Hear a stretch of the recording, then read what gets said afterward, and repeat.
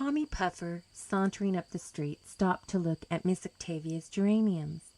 Tommy never could help stopping to look at Miss Octavia's flowers, much as he hated Miss Octavia. Today they were certainly worth looking at. Miss Octavia had set them all out on her veranda, rows upon rows of them, overflowing down the steps in waves of blossom and color. Miss Octavia's geraniums were famous in Arundel, and she was very proud of them. But it was her garden which was really the delight of her heart. Miss Octavia always had the prettiest garden in Arundel, especially as far as annuals were concerned. Just now it was like faith, the substance of things hoped for. The poppies and nasturtiums and balsams and morning glories and sweet peas had been sown in the brown beds on the lawn, but they had not yet begun to come up. Tommy was still feasting his eyes on the geraniums when Miss Octavia herself came around the corner of the house. Her face darkened the minute she saw Tommy. Most people's did.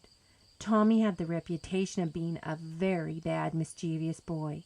He was certainly very poor and ragged, and Miss Octavia disapproved of poverty and rags on principle. Nobody, she argued, not even a boy of 12, need be poor and ragged if he is willing to work. "Here, you, get away out of this," she said sharply. "I'm not going to have you hanging over my palings." "I ain't hurting your old palings," retorted Tommy sullenly. "I was just a looking at the flowers." "Yes, and picking out the next one to throw a stone at," said Miss Octavia sarcastically. "It was you who threw that stone and broke my big scarlet geranium clear off the other day." "It wasn't. I never chucked a stone at your flowers," said Tommy. "Don't tell me any falsehoods, Tommy Puffer. It was you. Didn't I catch you firing stones at my cat 12 times?" "I might have fired 'em at an old cat, but I wouldn't touch a flower," avowed Tommy boldly and brazenly, Miss Octavia thought. "You clear out of this or I'll make you," she said warningly. Tommy had had his ears boxed by Miss Octavia more than once. He had no desire to have the performance repeated, so he stuck his tongue out at Miss Octavia and then marched up the street with his hands in his pockets, whistling jauntily. "He's the most impudent brat I ever saw in my life," muttered Miss Octavia wrathfully. There was a standing feud between her and all the Arundel small boys, but Tommy was her special object of dislike. Tommy's heart was full of wrath and bitterness as he marched away. He hated Miss Octavia. He wished something would happen to every one of her flowers. He knew it was Ned Williams who had thrown that stone, and he hoped Ned would throw some more and smash all the flowers. So Tommy raged along the street until he came to Mr. Blacklock's store, and in the window of it he saw something that put Miss Octavia and her disagreeable remarks quite out of his tow-coloured head. This was nothing more or less than a doll.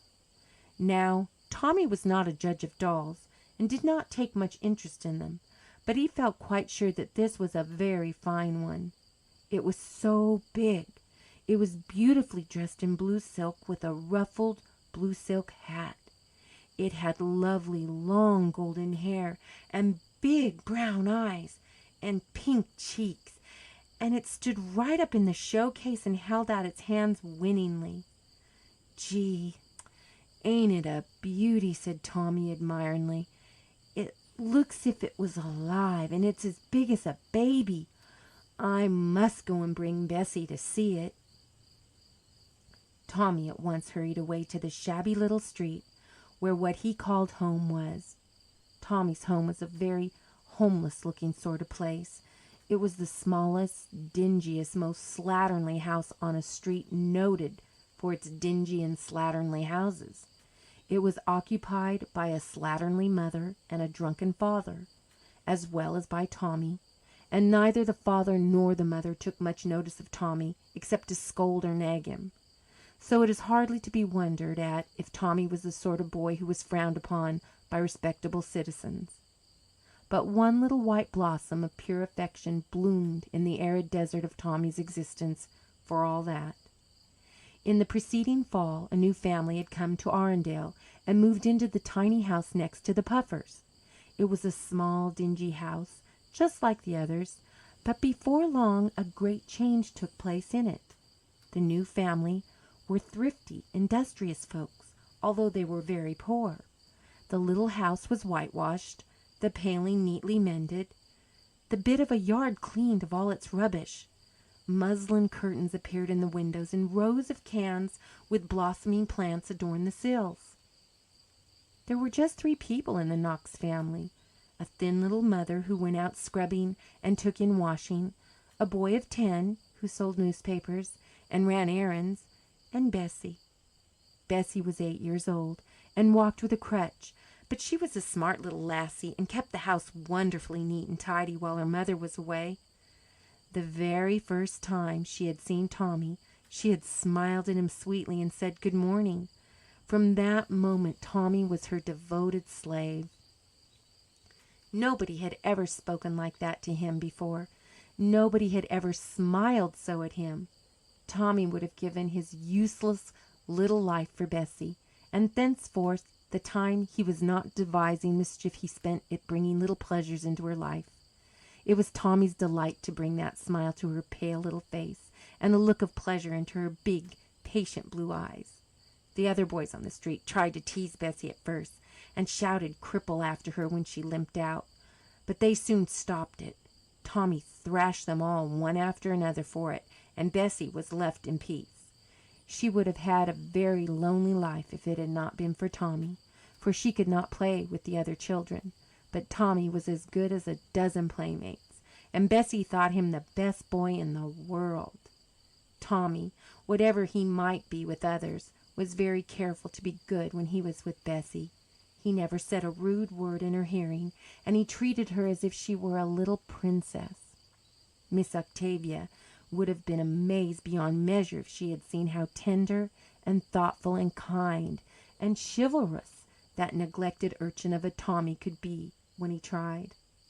Tommy found Bessie sitting by the kitchen window, looking dreamily out of it.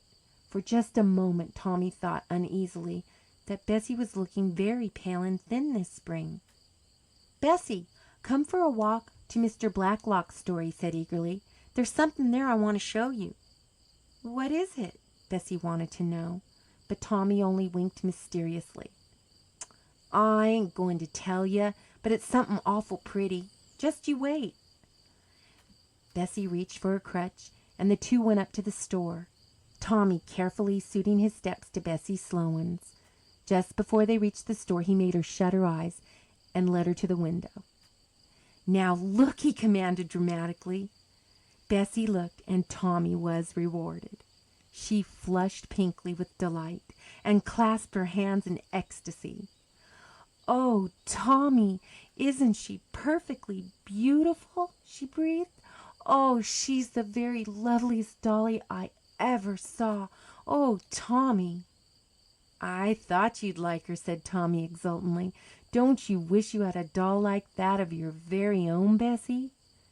Bessie looked almost rebuking, as if Tommy had asked her if she wouldn't like a golden crown or a queen's palace. "Of course I could never have a dolly like that," she said. "She must cost an awful lot. But it's enough just to look at her, Tommy. Will you bring me up here every day just to look at her?" "Of course," said Tommy. Bessie talked about the blue silk doll all the way home, and dreamed of her every night.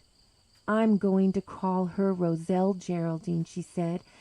After that she went up to see Roselle Geraldine every day, gazing at her for long moments in silent rapture. Tommy almost grew jealous of her. He thought Bessie liked the doll better than she did him. "But it don't matter a bit if she does," he thought loyally, crushing down the jealousy. "If she likes to like it better than me, it's all right." Sometimes, though, Tommy felt uneasy. It was plain to be seen that Bessie had set her heart on that doll, and what would she do when the doll was sold, as would probably happen soon? Tommy thought Bessie would feel awful sad, and he would be responsible for it. What Tommy feared came to pass. One afternoon when they went up to Mr. Blacklock's store, the doll was not in the window. "Oh," cried Bessie, bursting into tears, "she's gone! Roselle Geraldine is gone!" "Perhaps she isn't sold," said Tommy, comfortingly. "Maybe they only took her out of the window 'cause the blue silk would fade. I'll go in and ask." A minute later Tommy came out looking sober. "Yes, she's sold, Bessie," he said. "Mr. Blacklock sold her to a lady yesterday. Don't cry, Bessie. Maybe they'll put another in the window 'fore long." "It won't be mine," sobbed Bessie. "It won't be Roselle Geraldine. It won't have a blue silk hat and such cunning brown eyes." Bessie cried quietly all the way home, and Tommy could not comfort her. He wished he had never shown her the doll in the window. From that day Bessie drooped, and Tommy watched her in agony. She grew paler and thinner. She was too tired to go out walking, and too tired to do the little household tasks she had delighted in. She never spoke about Roselle Geraldine, but Tommy knew she was fretting about her. Mrs. Knox could not think what ailed the child. "She don't take a bit of interest in nothing," she complained to Mrs. Puffer. "She don't eat enough for a bird. The doctor, he says there ain't nothing the matter with her as he can find out, but she's just pining away." Tommy heard this, and a queer big lump came up in his throat. He had a horrible fear that he, Tommy Puffer, was going to cry. To prevent it, he began to whistle loudly, but the whistle was a failure, very unlike the real Tommy whistle. Bessie was sick, and it was all his fault, Tommy believed. If he had never taken her to see that hateful blue silk doll, she would never have got so fond of it as to be breaking her heart because it was sold. "If I was only rich," said Tommy miserably, "I'd buy her a cartload of dolls, all dressed in blue silk and all with brown eyes. But I can't do nothing." By this time Tommy had reached the paling in front of Miss Octavia's lawn, and from force of habit he stopped to look over it. But there was not much to see this time, only the little green rows and circles in the brown, well-weeded beds, and the long curves of his dahlia plants which Miss Octavia had set out a few days before. All the geraniums were carried in, and the blinds were down. Tommy knew Miss Octavia was away. He had seen her depart on the train that morning, and heard her tell a friend that she was going down to Chelton to visit her brother's folks, and wouldn't be back until the next day. Tommy was still leaning moodily against the paling when Mrs. Jenkins and Mrs. Reed came by, and they too paused to look at the garden. "Dear me, how cold it is," shivered Miss Reed. "There's going to be a hard frost tonight. Octavia's flowers will be nipped as sure as anything. It's a wonder she'd stay away from them overnight when her heart's so set on them." "Her brother's wife is sick," said Miss Jenkins. "We haven't had any frost this spring, and I suppose Octavia never thought of such a thing. She'll feel awful bad if her flowers get frosted, especially them dahlias. Octavia sets such store on her dahlias." Mrs. Jenkins and Mrs. Reed moved away, leaving Tommy by the paling. It was cold. There was going to be a hard frost, and Miss Octavia's plants and flowers would certainly be spoiled. Tommy thought he ought to be glad, but he wasn't. He was sorry, not for Miss Octavia, but for her flowers. Tommy had a queer, passionate love for flowers in his twisted little soul. It was a shame that they should be nipped, that all the glory of crimson and purple and gold, hidden away in those little green rows and circles, should never have a chance to blossom out royally. Tommy could never have put this thought into words, but it was there in his heart. He wished he could save the flowers, and couldn't. Newspapers spread over the beds and tied around the dahlias would save them. Tommy knew. He had seen Miss Octavia doing in other springs, and he knew there was a big box of newspapers in a little shed in her backyard. Ned Williams had told him there was, and that the shed was never locked. Tommy hurried home as quickly as he could and got a ball of twine out of his few treasures. Then he went back to Miss Octavia's garden. The next forenoon Miss Octavia got off the train at the Arndale station with a very grim face. There had been an unusually severe frost for the time of year. All along the road Miss Octavia had seen gardens frosted and spoiled. She knew what she should see when she got to her own. The dahlia stalks drooping and black and limp, The nasturtiums and balsams and poppies and pansies all withered and ruined. But she didn't. Instead, she saw every dahlia carefully tied up in a newspaper, and over all the beds newspapers spread out and held neatly in place with pebbles. Miss Octavia flew into her garden with a radiant face. Everything was safe. Nothing was spoiled. But who could have done it? Miss Octavia was puzzled. On one side of her lived Mrs. Kennedy, who had just moved in, and being a total stranger, would not be likely to think of Miss Octavia's flowers. On the other lived Miss Matheson, who was a shut-in and spent all her time on the sofa. But to Miss Matheson, Miss Octavia went. "Rachel, do you know who covered my plants up last night?" Miss Matheson nodded. "Yes, it was Tommy Puffer. I saw him working away there with papers and twine. I thought you'd told him to do it." "For the land's sake!" ejaculated Miss Octavia. "Tommy Puffer? Will wonders never cease?" Miss Octavia went back to her house, feeling rather ashamed of herself when she remembered how she had always treated Tommy Puffer. "But there must be some good in the child, or he wouldn't have done this," she said to herself. "I've been real mean, but I'll make it up to him." Miss Octavia did not see Tommy that day, but when he passed the next morning she ran to the door and called him. "Tommy, Tommy Puffer, come in here." Tommy came reluctantly. He didn't like Miss Octavia any better than he had, and he didn't know what she wanted of him. But Miss Octavia soon informed him without loss of words. "Tommy, Miss Matheson tells me that it was you who saved my flowers from the frost the other night. I'm very much obliged to you indeed. Whatever made you think of doing it?" "I hated to see the flowers spoiled," muttered Tommy, who was feeling more uncomfortable than he had ever felt in his life. "Well, it was real thoughtful of you. I'm sorry I've been so hard on you, Tommy, and I believe now you didn't break my scarlet geranium. Is there anything I can do for you? Anything you'd like to have? If it's in reason, I'll get it for you, just to pay my debt."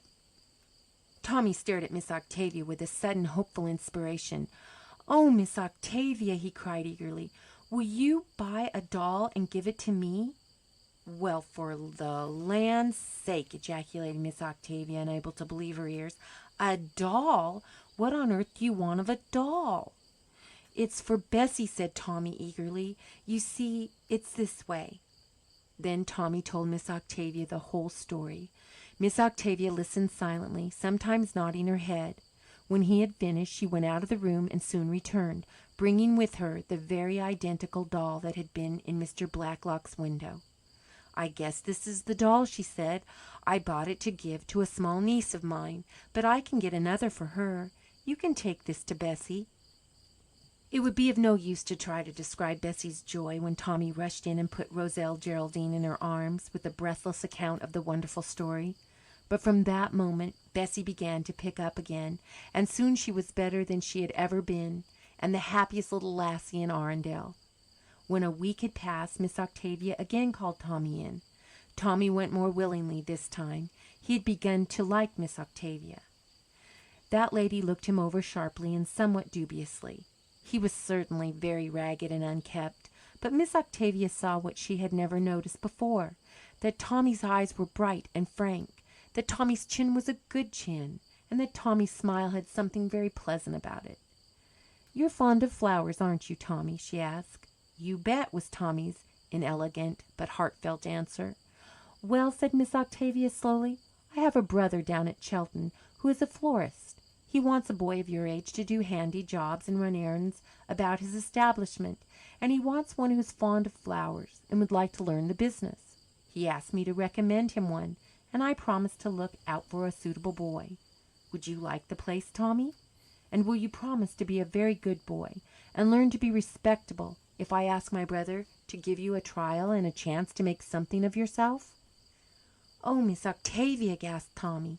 He wondered if he was simply having a beautiful dream. But it was no dream, and it was all arranged later on. No one rejoiced more heartily in Tommy's success than Bessie. "But I'll miss you dreadfully, Tommy," she said wistfully. "Oh, I'll be home every Saturday night, and we'll have Sunday together, except when I've got to go to Sunday school. 'Cause Miss Octavia says I must," said Tommy comfortingly. "And the rest of the time you'll have Roselle Geraldine." "Yes, I know," said Bessie, giving the blue silk doll a fond kiss. "And she's just lovely. But she ain't as nice as you, Tommy, for all." Then was Tommy's cup of happiness full.